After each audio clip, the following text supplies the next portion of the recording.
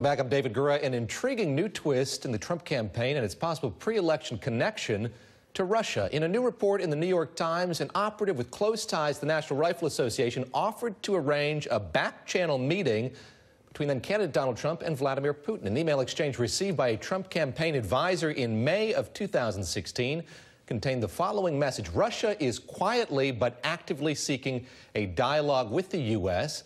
that isn't forthcoming under the current administration. Joining us now to discuss the potential Kremlin link are MSNBC political contributor Jason Johnson and also politics editor at TheRoot.com, as well as Julia Ainsley. She's NBC's national security and justice reporter. Julia, let me start with you. Let me just walk us through here what was being proposed by this conservative operative, a Republican member of the National Rifle Association. So first, I just want to say the context here is really important, because what we're seeing is a pattern that's developing over these May 2016 emails.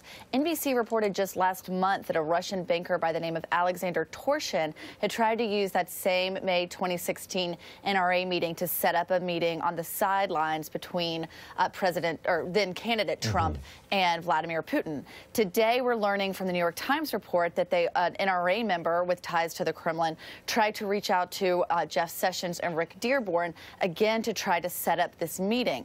What all this is really showing is that it's part of the Kremlin's plan. There was really a three-pronged approach to be able to infiltrate the conservatives and the Trump campaign through their kind of pet issues, one of which, of course, is guns. They've also tried to do this through veterans' rights groups and Christian organizations. The New York Times lays all this out, that is part of a plan to get to Trump through channels of people that he knew would be supporting him, and to try to set up a back channel for him to communicate with Vladimir Putin. Jason, we pieced together where these investigations are heading, and indeed, this New York Times report relies on documents that were obtained by Senate investigators.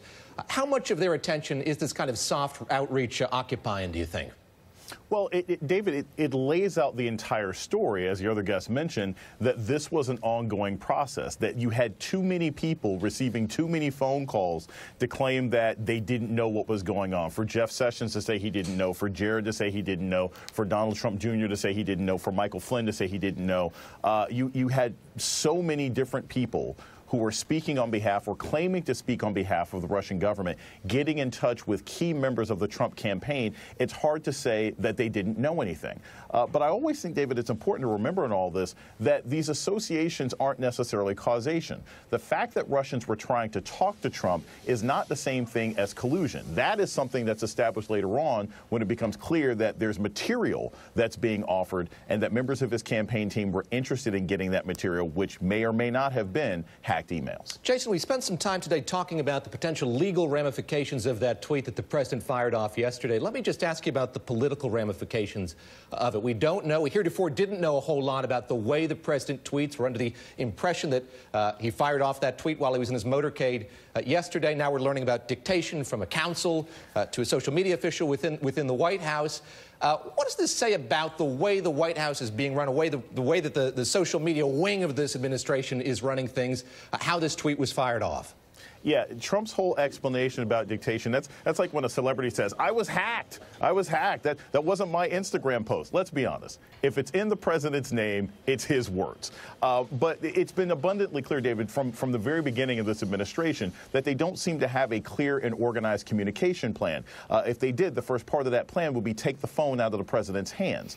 So he tweets things all the time that certainly make him look bad, things that suggest that he's broken the law, things that suggest that he's engaged in obstruction of justice.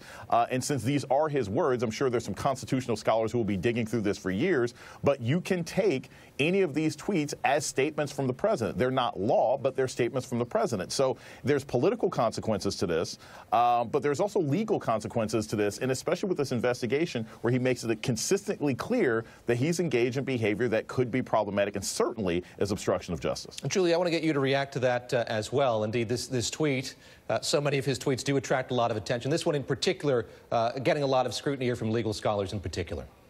Of course, and while it's going to be getting a lot of scrutiny from legal scholars, we also know that the way this White House has reacted to pieces of this investigation that have come out are not left alone by the special counsel. We reported earlier, probably in, I think, September, that Robert Mueller was looking at President Trump's reaction to the June 2016 meeting, when, of course, he said on Air Force One, he dictated that statement to say, oh, no, we were just meeting about adoptions, and then it later came out they were getting dirt on Hillary Clinton. So just because the president's attorney, Dowd, is coming out and saying, I dictated this, let's not make this his official statement, this is not his reaction, my bad.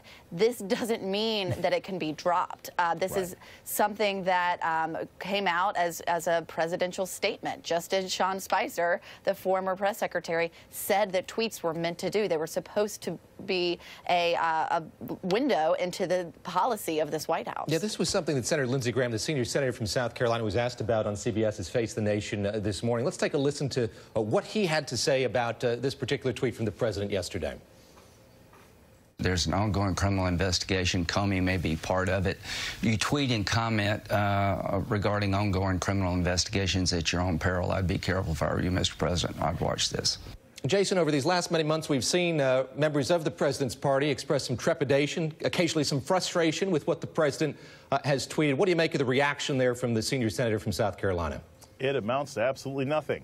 Because plenty of these Republicans say they don't like Trump's behavior, but they're not willing to do anything about it. Look, let's be honest. If this were anybody else at this particular point, you can already move forward with impeachment hearings if you wanted to. There's already enough evidence that the president and members of his campaign may have been working with the Russians. And while that's not against the law, that certainly could be interpreted as an impeachable offense. They're going to complain. They're going to stamp their feet. They're going to say this is all a problem, but they're not willing to take any serious concrete steps to rein this presidency in. So whenever Lindsey Graham or Bob Corker or Jeff Flake or any of these, John McCain comes out and says that these are bad behaviors, they still vote with this president, they still protect this president. So I don't put much stock on what Lindsey Graham said. Jason, great to speak with you. Julia, you as well. It's Jason Johnson and Julia Ainsley joining me from Washington. Well, still ahead, a tight race in Alabama.